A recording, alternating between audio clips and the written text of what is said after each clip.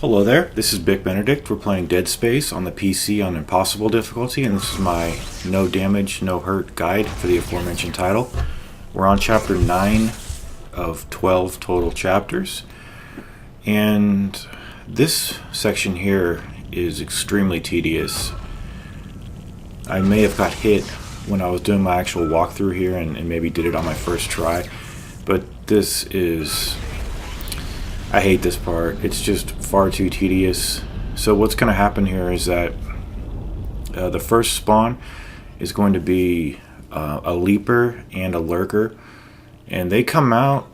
I think you don't even have to throw one of the radiation balls into outer space. I think just picking it up and moving it will actually do it, because I think right there what happened was I tried to throw it in there, and this could actually work a little bit better. See, I think it bounced right up. Sometimes it bounces up and ricochets off things. And it's pretty, yeah, it's really aggravating. This part, it kind of got on my nerves.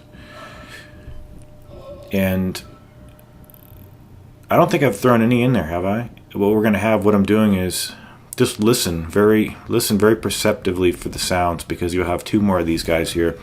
And I did want to address something that one of my subscribers mentioned, Hazardous Echo. He mentioned, you sure these jump cuts are the best measure of a no damage run? I sort of feel it will bring out the naysayers who will more than likely accuse you of healing in between the jump cuts. Not that I'm saying you're not truthful to your words, but for many, words alone won't convince them. And I said to him, I hear you, and you bring up some very good points. This is a loyal subscriber, one of the best that there is. And, well, I won't read my reply, but basically, yeah, there's always going to be people who doubt your content. But in my defense, I just completed a walkthrough where I just did this whole campaign. So I have a lot of workload in front of me, and I wanted to minimize it by doing a different format. And I probably would have done it the same anyway. But when I think about it, how can you, if someone's doing something without getting hit, how can you then say, well, he didn't do it, no damage? It's clear as day he just did it without getting hit. Now sometimes, well, this hasn't happened yet, but what I would do is if I had cleared something, and for instance maybe the game crashes, and I have the fight on record on that it's recorded. So maybe I'll redo the fight. Maybe I got hit, and maybe I'll get to the same place. But I don't have to keep doing it over and over again. As long as I do it once, I feel that's fine. A lot of people say they have issues with these enemies here, the Twitchers. They're essentially just slashers with speed increased.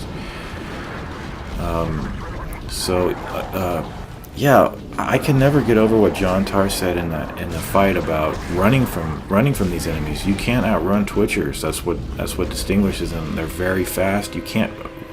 He runs slowly enough. You can barely run away from the other enemies, let alone these enemies, which are very fast. But that arena, the particular room with all the distortion in it. Yeah, that did take me a lot more tries than it took me before, and I think it all boils down to the fact that this time around I was using different weapons, and it just goes to show you how much efficacy the plasma cutter has, how overpowered it can actually be. So here's the contact beam. I think the contact beam is the best for this situation here. Take the bodies out of this room. Oh, what happened right there? I reloaded and the bodies respawn. So what I'm going to do is freeze the divider, come over here, and I'm going to try to get some exploders right next to this guy. I'm going to try to freeze him. And this actually worked out really well. So if you are concerned about your ammo, get an exploder right next to the divider. Get him cut apart and then use the exploder. That's pretty tricky actually. So along the lines of the naysayers, obviously if somebody attacks my work, I'll get defensive, but I honestly, this is not about proving anything to anybody. This is about enjoying this game It's about playing it along with certain rules, and if someone wants to question it, you could definitely question it, but respectfully. So I'm not trying to prove anything. I'm just trying to have some fun and do this and challenge myself. So this room here, I like to stand to the left of this distortion area here, because sometimes the leapers will attack you and they'll instantly get killed. So I use the plasma cutter for the pregnant and for some of these other enemies here. If you're struggling, I would just say use the plasma cutter. If you have it leveled up, it'll be very helpful here because it's extremely fast. So you're gonna have, if you burst the belly of this particular pregnant, he will birth 2 lurkers, lurkers. God, sorry about that. Taking the Lord's name in vain and everything in my walkthrough. I struggled here mightily, and it was always due, well, not always, but 95% of the time it was because of a lurker missile or one of the twitchers running at me too fast for the line gun to handle. What am I trying to say? To just hold its own. The line gun's very slow. It's powerful, but it's slow. And sometimes there's just, when I press the trigger, it doesn't even fire. I think there's some kind of a delay or some kind of inconsistency, but I would say, yeah, and even sometimes when you're tossing the stasis out, they'll just get a hit on you before you can stasis them. So I would just say that, to hang back, use the plasma cutter, use the line gun, and if you have to access your inventory to use more stasis, you're going to be in for a really bad challenge. Sometimes you can get it off luckily, but that's kind of why they incorporated a hotkey for the stasis in the next game, because people will they probably realize that it's just too inconvenient to access that inventory. It's just way too old school. I hate when it takes like 4 or 5 hits for the line gun to kill somebody. And just hang back here and watch out for any more of the twitchers jumping in. There might be one more. Nope, there's not. So I'm going to keep this in. I think I sped it up a little bit. And again, this really isn't a place for a bunch of naysayers and everything like that. Why would I even want to cheat on this? And healing in between fights, there's no need to heal in between a fight because I always come out of the fight with all my health. So, it's just a few bad apples that give everybody a bad name. But I have a lot of integrity on here, and I wouldn't cheat. It only cheats you, and I know that's just a cliche now, but seriously, there's no fun in, like, where is the fun in exploiting the nodes so you get a limited amount of nodes? I know you can do that on Dead Space 2. I don't know if you can do it on this game, but it's just, at that point there is zero challenge because you're completely breaking the game and doing it in a way that the game makers didn't intend for you to do it.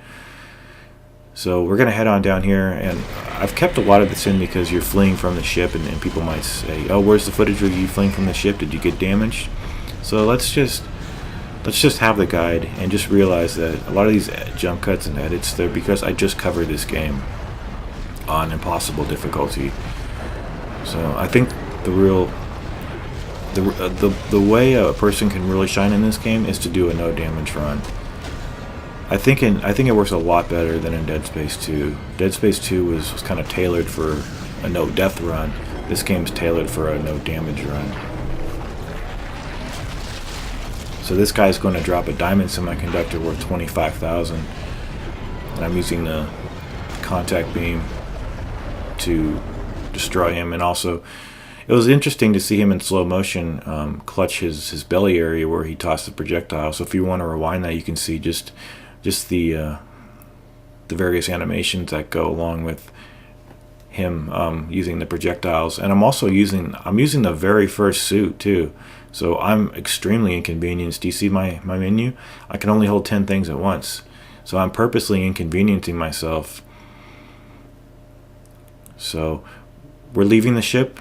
You notice I've taken no damage, and we only have one more encounter with the twitcher who went into our neck of the woods over here. And I almost got hit over here too. But that's the thing. Almost doesn't mean I got hit. Take care.